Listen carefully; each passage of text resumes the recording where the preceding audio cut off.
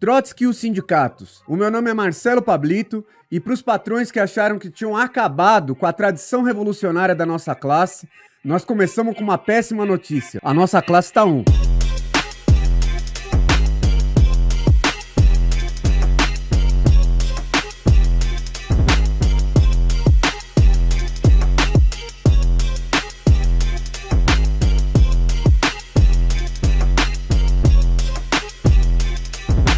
Oi, gente!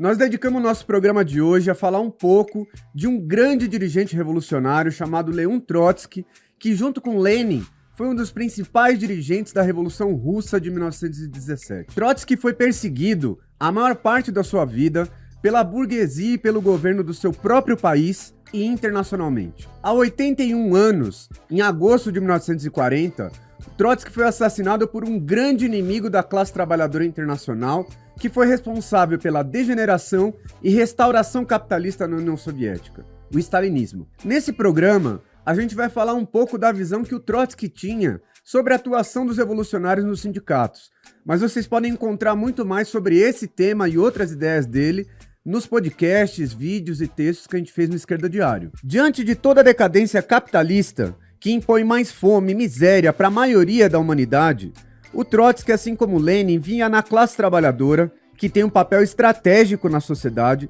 aquela que podia pôr fim a esse sistema de exploração.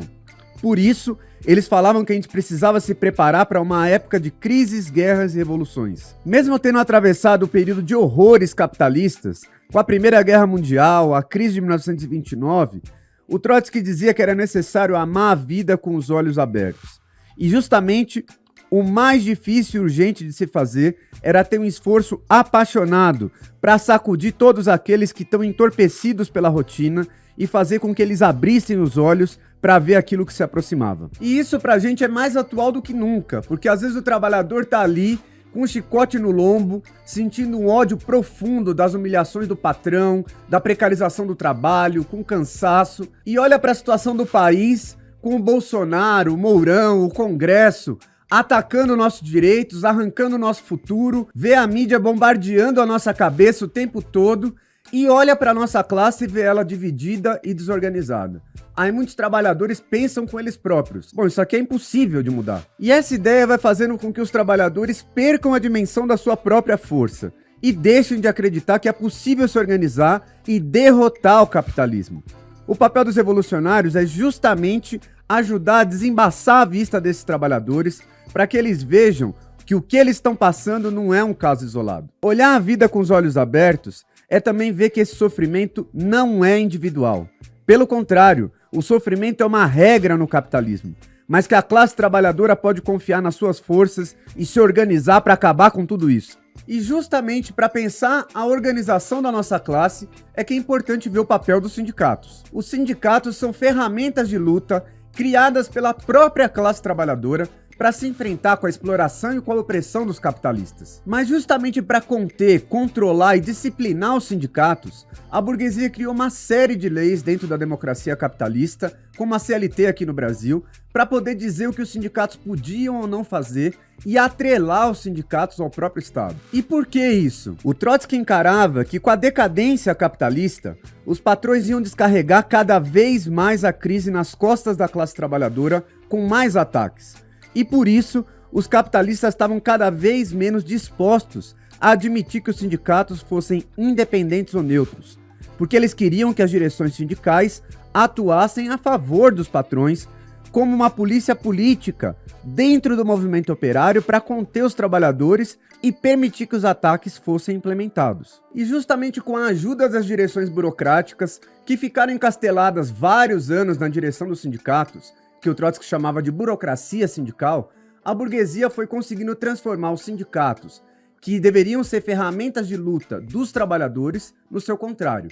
Então a gente viu vários sindicatos atuando a favor dos patrões, fazendo acordos pela retirada dos direitos, dividindo, fragmentando nossas lutas e se tornando um freio na nossa organização. Por isso, Trotsky apontava que era uma questão muito importante a intervenção dos revolucionários nos sindicatos, e no programa de transição, inclusive, condenava aquilo que ele chamava de um auto-isolamento por fora dos sindicatos de massa. Ao mesmo tempo, ele não enxergava a intervenção nos sindicatos como um fim em si mesmo, mas como um meio de chegar no conjunto da classe trabalhadora e principalmente nos seus setores mais explorados e oprimidos. Por isso, em um dos seus textos, ele dizia: os sindicatos, mesmo os mais poderosos, não reúnem mais que 20 a 25% da classe operária, que, aliás, são suas camadas mais bem qualificadas e mais bem pagas. A maioria mais oprimida da classe operária só é elevada à luta em momentos especiais, os de um excepcional ascenso do movimento operário.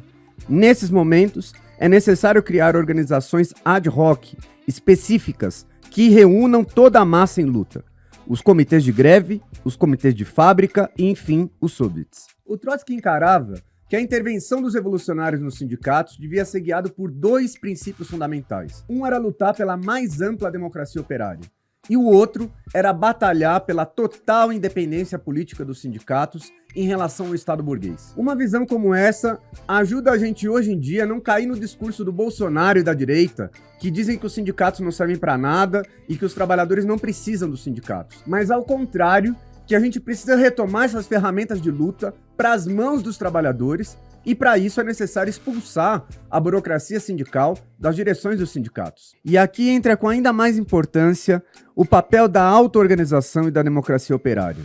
Porque é a partir da organização de assembleias de base e reuniões democráticas que os trabalhadores podem ter voz, expressar suas visões e decidir tudo. Mas também é parte da democracia operária que, na direção dos próprios sindicatos, se expressam as diferentes posições políticas através da proporcionalidade do número de votos que cada uma delas teve, e que os dirigentes sindicais se submetam às decisões das assembleias de base. E ligado a isso, pensar formas de articular a vanguarda operária com setores de massas e criar espaços de articulação e unificação das diversas categorias mais amplas que os sindicatos. É parte dessa mesma visão não se contentar com as lutas parciais e isoladas de cada categoria pelas suas próprias reivindicações, ou seja, de uma atuação sindicalista, mas sim ligando cada luta a uma batalha maior contra o capitalismo e as suas instituições. Nesse sentido, os revolucionários precisam atuar nos sindicatos como tribunos do povo,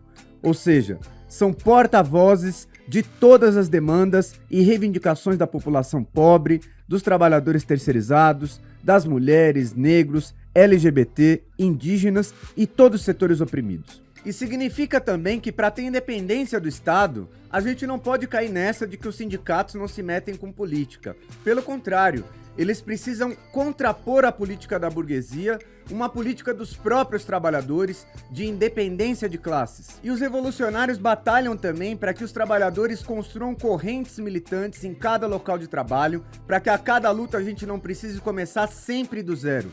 E também de convencer os trabalhadores da necessidade de construir um partido com uma estratégia e um programa revolucionários para que a classe trabalhadora possa vencer. É inspirados nessa concepção que o movimento Nossa Classe e o Esquerda Diário atuam em várias categorias no país, apoiando diversas lutas, como a dos operários e operárias da MRV em Campinas, que essa semana saíram da greve com uma importante conquista de cabeça em pé. E apoia também a luta dos indígenas, que está acontecendo nesse momento em Brasília.